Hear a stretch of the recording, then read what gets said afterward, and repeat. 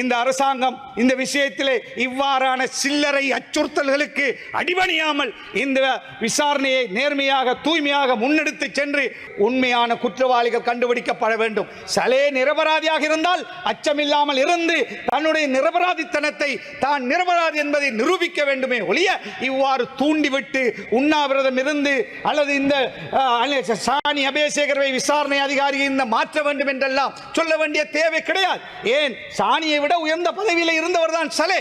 எனவே அவ்வாறானவர்கள் தான் தவறு செய்யவில்லை என்றால் அதற்கு முகம் கொடுக்க வேண்டும். அதே போலதான் நான் கூட இந்த இதில் எந்த சம்மதமும் இல்லாத பொழுது என்னை கூட பாராளுமன்றத்தில் இருந்து வீடு சென்ற பொழுது அன்று இரவு நடிச்சாமம் 3 மணிக்கு என்னுடைய வீட்டுக்கு வந்து 100 பேர் 200 பேர் அல்ல 300-400 போலீஸ்காரர்களோடு முழு ஏரியாவையும் சுட்டி வளைத்து என் வீட்டுக்குள்ளே குதித்து பாய்ந்து என்னுடைய கதவுகளை உடைத்துக் கொண்டு வந்துதான் என்னை தூக்கி கொண்டு போனார்கள். நான் செய்த குற்றம் என்ன என்பது நீதிமன்றத்திலே நான் நிரபராதியாக வெளியேற்றப்பட்டவன். பல மாதங்கள் நான் சிறையிலே இருந்தவன். நாங்கள் ஆர்ப்பாட்டம் செய்யவில்லை. லட்சக்கணக்கான மக்களுடைய ஆதரவு எங்களுக்கு இருந்தும் நாங்கள் எங்களை விடுதலை செய்யுங்கள் என்று ஆர்ப்பாட்டம் செய்யவில்லை. நீதிமன்றத்தின் ஊடாகத்தான் நாங்கள் நிரபராதி என்று வெளியே வந்தோம். எனவே நான் என்னை அவ்வாறு கைது செய்கின்ற அந்த இரவு என்னுடைய 2வது மகள் அடுத்த நாள் மறுதினம் A-level எக்ஸாமுக்காக படித்துக் கொண்டிருக்கிறார். அடுத்த நாள் எக்ஸாமை போய் செய்வது எவ்வளவு கடினமாக அந்த பிள்ளைக்கு இருந்திருக்கும் என்று சிந்தித்து பாருங்கள். அது மாத்திரமல்ல, அந்த பிள்ளைகள் பாடசாலைக்கு போக முடியாத ஒரு துர்ப்பாக்கிய நிலை. ஏன், அவ்வாறு அத்தனை ஊடகங்களிலும் மகமுலகாரியா என்று காட்டுகின்ற அளவுக்கு பொய்யை இந்த நாட்டிலே விதைத்தார்கள். எனவே இவ்வாறு எல்லாம் செய்துவிட்டு இன்று தங்களை பாதுகாப்பதற்காக இன்று மீண்டும் இனவாதத்தை இந்த நாட்டிலே கொண்டு வருவதற்கு சில பன்சலைகளை தூண்டிவிடுகிறார்கள், சில மதகுருமாரை தூண்டிவிடுகிறார்கள் என்று தாங்கள் நிரபராதி என்று நிரூபிப்பதற்காக. ஒன்றை நான் சொல்லுகிறேன், இந்த அரசாங்கம் இந்த விஷயத்திலே இவ்வாறான சில்லறை அச்சுறுத்தல்களுக்கு அடிபணியாமல் இந்த விசாரணையை நேர்மையாக தூய்மையாக முன்னெடுத்து சென்று உண்மையான குற்றவாளிகள் யார், இதற்கு பின்னால் யார் இருந்தார்கள், யார் சதி செய்தார்கள், இதற்கான அத்தனை. பிஸ்மில்லாஹிர் ரஹ்மானிர் ரஹீம். சபைக்கு தலைமை தாங்குகின்ற உறுப்பினர் அவர்களே, எல்லோரும் அத்தியாவசிய பொருட்களுடைய விலை சம்பந்தமாக பேசினார்கள். உண்மையிலேயே மக்களுக்கு பிரச்சனை இருக்கிறது. மக்களுக்கு தேவையான அத்தியாவசிய பொருட்களுடைய விலை அதிகரிக்கப்பட்டிருக்கிறது. சாதாரண குடிமக்களால் வாழ முடியாத நிலை இருக்கிறது. இதை அரசாங்கம் கவனத்திலே கொண்டு எமது பிரதேசத்தில் கூட நெல்லை உற்பத்தி செய்தவர்கள் விற்க முடியாமல் இன்றைய விலை இறக்கத்தினால் வெளிநாட்டிலிருந்து அரிசி இறக்குமதி செய்ததனால் பாதிக்கப்பட்டிருக்கிறார்கள். எனவே இது குறித்து அரசாங்கம் கவனம் செலுத்த வேண்டும் என்று முதலிலே வேண்டியவனாக, முக்கியமான ஒரு விடயம்தான் இந்த நாட்டின் வரலாற்றிலே மறக்க முடியாத ஒரு விடயம்தான் பாஸ்கு இரிதா சம்பவம். அந்த சம்பவத்தினால் பல நூற்றுக்கணக்கான உயிர்களை, கத்தோலிக்க மக்களுடைய உயிர்கள், அதே போல பலர் காயப்பட்டார்கள்.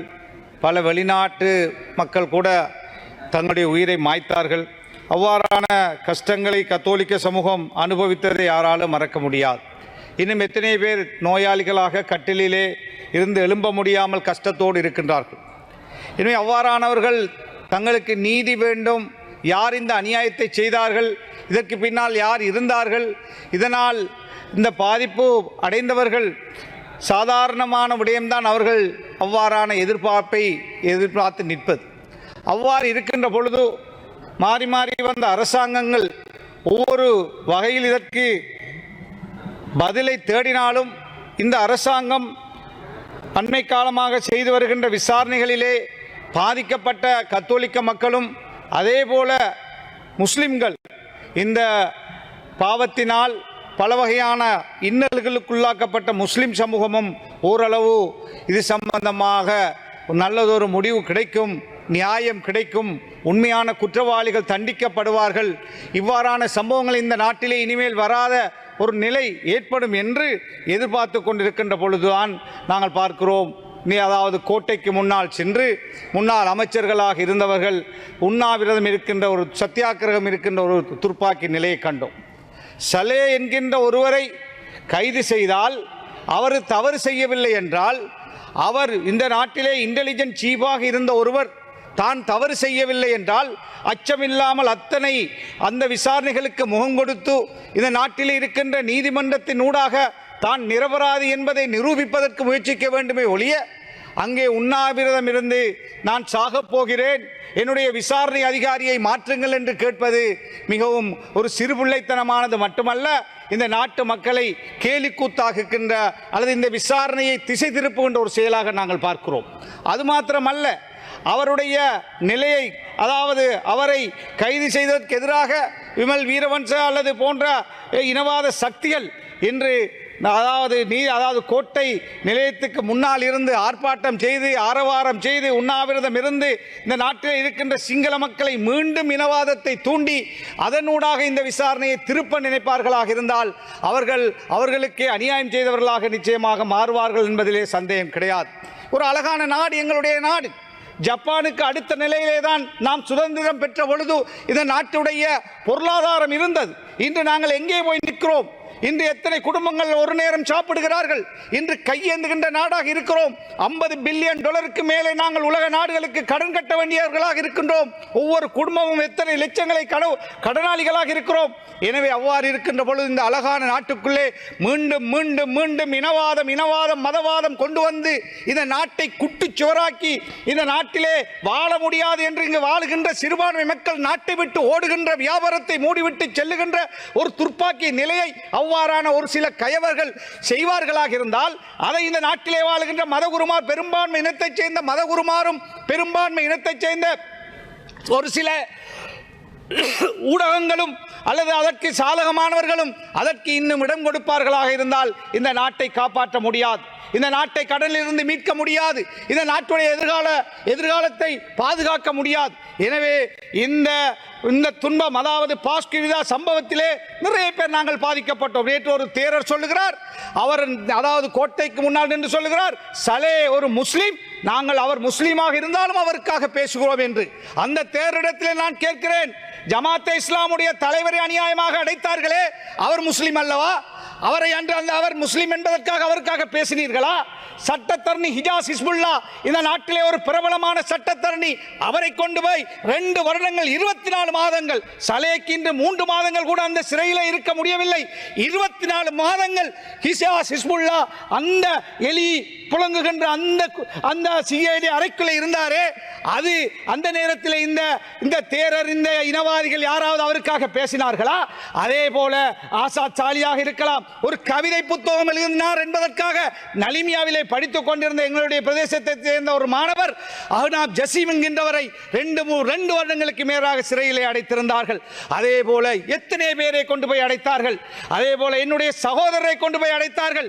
அடைத்துவிட்டு அவர் நிரபராதி என்று 1 வருடத்துக்கு பிறகு விடுதலை செய்த பிறகு மைந்தானந்த அலுத்கமகே தலைமையிலே அன்று கோட்டாபேயுடைய அரசாங்கத்தில் இருந்த 100 எம்பிமார், அமைச்சர்மார் சைன் பண்ணி மீண்டும் ரிஷாத் பதூரினுடைய தம்பியை கைது செய்யுங்கள் என்று கோட்டாபே இடத்திலே கொண்டு போய் கொடுத்த பிறகு, அதன் பிறகு அவர் தூங்கிக் கொண்டிருக்கின்ற பொழுது 2வது முறை கைது செய்து இன்னொரு 1.5 வருடங்கள் சிறையிலே கொண்டு அடைத்தார்களே, அந்த நேரத்திலே அவர் முஸ்லீம் என்று இந்த தேரர்களுக்கு அல்லது இந்த இனவாதிகளுக்கு விளங்கவில்லையா? எனவே சலே மாத்திரம் தான் அந்த நாட்டில் இருக்கின்ற ஒரே ஒரு முஸ்லீமா? எனவே இவ்வாறு இதை திசை திருப்ப பார்க்கிறார்கள். நாங்கள் அந்த வகையிலே இந்த அரசாங்கம் எடுக்கின்ற இந்த விசாரணை சம்பந்தப்பட்ட விடயத்திலே எங்களுடைய 100% ஆதரவை இந்த நாட்டிலே வாழுகின்ற அத்தனை, குறிப்பாக கத்தோலிக்க முஸ்லிம் மக்கள் பெரிய எதிர்பார்ப்போடு இருக்கிறார்கள். இந்த நாட்டிலே உண்மையான குற்றவாளிகள் யார்? இதற்கு பின்னால் இருந்த சதி எது? இதற்கு பின்னால் யார், எந்த சதிகாரர்கள் இருந்தார்கள்? இதனால் யார் லாபம் அடைந்தார்கள் என்பதை தேடுவதற்காக, பார்ப்பதற்காக, இதன் பின்னர் இவ்வாறான ஒரு நிலை வரக்கூடாது என்பதற்காக என்று எதிர்பார்த்துக் கொண்டிருக்கிறார்கள். இந்த குண்டுவெடிப்பினால் எத்தனை உலமாக்கள் அடைக்கப்பட்டார்கள், எத்தனை வியாபாரிகள் எங்களுடைய சமூகத்தில் அடைக்கப்பட்டார்கள், எத்தனை கடைகள் மூடப்பட்டிருக்கிறது, எத்தனை கடைகளிலே தேநீர் கடைகளிலே போய் பெரும்பான்மை இனத்தவர்கள் சாப்பிட பயந்தார்கள், அவ்வாறு எத்தனை கடைகளை மூடினார்கள். எத்தனை உலமாக்கள் மாத்திரமல்ல, கல்விமான்கள், இளைஞர்கள் என்று சிறையிலே மரணித்திருக்கிறார்கள். நாங்கள் கேள்விப்பட்டிருக்கிறோம், கண்டிருக்கிறோம். எத்தனை மரண வீடுகளுக்கு சென்றோம். இன்னும் எத்தனை பேர் சிறையில் இருக்கிறார்கள். இன்னும் எத்தனை பேர் அதாவது வெளிநாட்டு வேலை வாய்ப்புகளிலே இருந்தவர்கள், லீவிலே வந்தவர்கள், அதன் பின்னர் போக முடியாத நிலை. எத்தனை பேர் நாங்கள் பெரிய பெரிய நிறுவனங்களிலே பெரிய பெரிய பதவிகள் இருந்தவர்கள் தொழிலை இழந்தார்கள். தொப்பி போட்டுக்கொண்டு அபாயா போட்டுக்கொண்டு பாதையிலே செல்ல முடியாத நிலை, அலுவலகங்களுக்கு செல்ல முடியாத நிலை, இவ்வாறு பல கஷ்டங்களுக்கு எமது சமூகம் இந்த துன்பத்தினால் இந்த முஸ்லிம் சமூகம் கஷ்டப்பட்ட பொழுது இந்த தேரர்களோ அல்லது இந்த இனவாதிகளோ இதை பற்றி எதுவும் பார்க்காமல் இன்னும் இன்னும் தூண்டிவிட்டார்கள். அதே போல குர்நாகலையிலே எத்தனையோ பள்ளிவாசல்களை போய் உடைத்தார்கள். அமீர் என்கின்ற ஒரு முஸ்லிம் சகோதரர் 4 சின்ன பிள்ளைகளோடு ஒரு கூலி வேலை, அதாவது தன்னுடைய வீட்டுக்கு முன்னால் வேலை செய்து கொண்டிருக்கின்ற பொழுது இதே இனவாத கூட்டத்துடைய ஏஜென்ட்கள் அந்த பாதையால் ஆர்ப்பாட்டங்களை செய்து கொண்டு போய் அந்த சகோதரரை தன்னுடைய 4 பிள்ளைகளுக்கு முன்னால், அதாவது அவர்களுக்கு முன்னால் அசிட்டை வீசி அந்த அமீர் என்ற சகோதரரை கொலை செய்தார்கள். அந்த 4 பிள்ளைகளும் அனாதையாக்கப்பட்டார்கள். இவ்வாறு எத்தனையோ கஷ்டங்களை இந்த சமூகம் அனுபவித்துவிட்டு இந்த நாட்டில் எனவே இந்த சமூகம் எதிர்பார்க்கிறது உண்மையான குற்றவாளிகள் கண்டுபிடிக்கப்பட வேண்டும். சலே நிரபராதியாக இருந்தால் அச்சமில்லாமல் இருந்து தன்னுடைய நிரபராதித்தனத்தை தான் நிரபராதி என்பதை நிரூபிக்க வேண்டுமே ஒழிய இவ்வாறு தூண்டிவிட்டு உண்ணாவிரதம் இருந்து அல்லது இந்த சாணி அபேசேகரை விசாரணை அதிகாரி இந்த மாற்ற வேண்டும் என்றெல்லாம் சொல்ல வேண்டிய தேவை கிடையாது. ஏன், சாணியை விட உயர்ந்த பதவியில் இருந்தவர் தான் சலே. எனவே அவ்வாறானவர்கள் தான் தவறு செய்யவில்லை என்றால் அதற்கு முகம் கொடுக்க வேண்டும். அதே போலதான் நான் கூட இந்த இதில் எந்த சம்மதமும் இல்லாத பொழுது என்னை கூட பாராளுமன்றத்தில் இருந்து வீடு சென்ற பொழுது அன்று இரவு நடிச்சாமம் 3 மணிக்கு என்னுடைய வீட்டுக்கு வந்து 100 பேர் 200 பேர் அல்ல 300-400 போலீஸ்காரர்களோடு முழு ஏரியாவையும் சுட்டி வளைத்து என் வீட்டுக்குள்ளே குதித்து பாய்ந்து என்னுடைய கதவுகளை உடைத்துக் கொண்டு வந்துதான் என்னை தூக்கி கொண்டு போனார்கள். நான் செய்த குற்றம் என்ன என்பது நீதிமன்றத்திலே நான் நிரபராதியாக வெளியேற்றப்பட்டவன். பல மாதங்கள் நான் சிறையிலே இருந்தவன். நாங்கள் ஆர்ப்பாட்டம் செய்யவில்லை. லட்சக்கணக்கான மக்களுடைய ஆதரவு எங்களுக்கு இருந்தும் நாங்கள் எங்களை விடுதலை செய்யுங்கள் என்று ஆர்ப்பாட்டம் செய்யவில்லை. நீதிமன்றத்தின் ஊடாகத்தான் நாங்கள் நிரபராதி என்று வெளியே வந்தோம். எனவே நான் என்னை அவ்வாறு கைது செய்கின்ற அந்த இரவு என்னுடைய 2வது மகள் அடுத்த நாள் மறுதினம் A-level எக்ஸாமுக்காக படித்துக் கொண்டிருக்கிறார். அடுத்த நாள் எக்ஸாமை போய் செய்வது எவ்வளவு கடினமாக அந்த பிள்ளைக்கு இருந்திருக்கும் என்று சிந்தித்து பாருங்கள். அது மாத்திரமல்ல, அந்த பிள்ளைகள் பாடசாலைக்கு போக முடியாத ஒரு துர்ப்பாக்கிய நிலை. ஏன், அவ்வாறு அத்தனை ஊடகங்களிலும் மகமுலகாரையா என்று காட்டுகின்ற அளவுக்கு பொய்யை இந்த நாட்டிலே விதைத்தார்கள். எனவே இவ்வாறு எல்லாம் செய்துவிட்டு இன்று தங்களை பாதுகாப்பதற்காக இன்று மீண்டும் இனவாதத்தை இந்த நாட்டிலே கொண்டு வருவதற்கு சில பன்சலைகளை தூண்டிவிடுகிறார்கள், சில மதகுருமாரை தூண்டிவிடுகிறார்கள் என்று தாங்கள் நிரபராதி என்று நிரூபிப்பதற்காக. ஒன்றை நான் சொல்லுகிறேன், இந்த அரசாங்கம் இந்த விஷயத்திலே இவ்வாறான சில்லறை அச்சுறுத்தல்களுக்கு அடிபணியாமல் இந்த விசாரணையை நேர்மையாக தூய்மையாக முன்னெடுத்து சென்று உண்மையான குற்றவாளிகள் யார், இதற்கு பின்னால் யார் இருந்தார்கள், யார் சதி செய்தார்கள், இதற்கான அத்தனை பேரும் கண்டுபிடிக்கப்பட்டு அவர்கள் நிரூபிக்கப்பட்டு அவர்களுடைய குற்றங்கள் நிரூபிக்கப்பட்டு தண்டனைகள் வழங்கப்பட்டு அதே போல பாதிக்கப்பட்டவர்களுக்கு அநியாயம் இழைக்கப்பட்டவர்களுக்கு நீதி வழங்க வேண்டும் என்று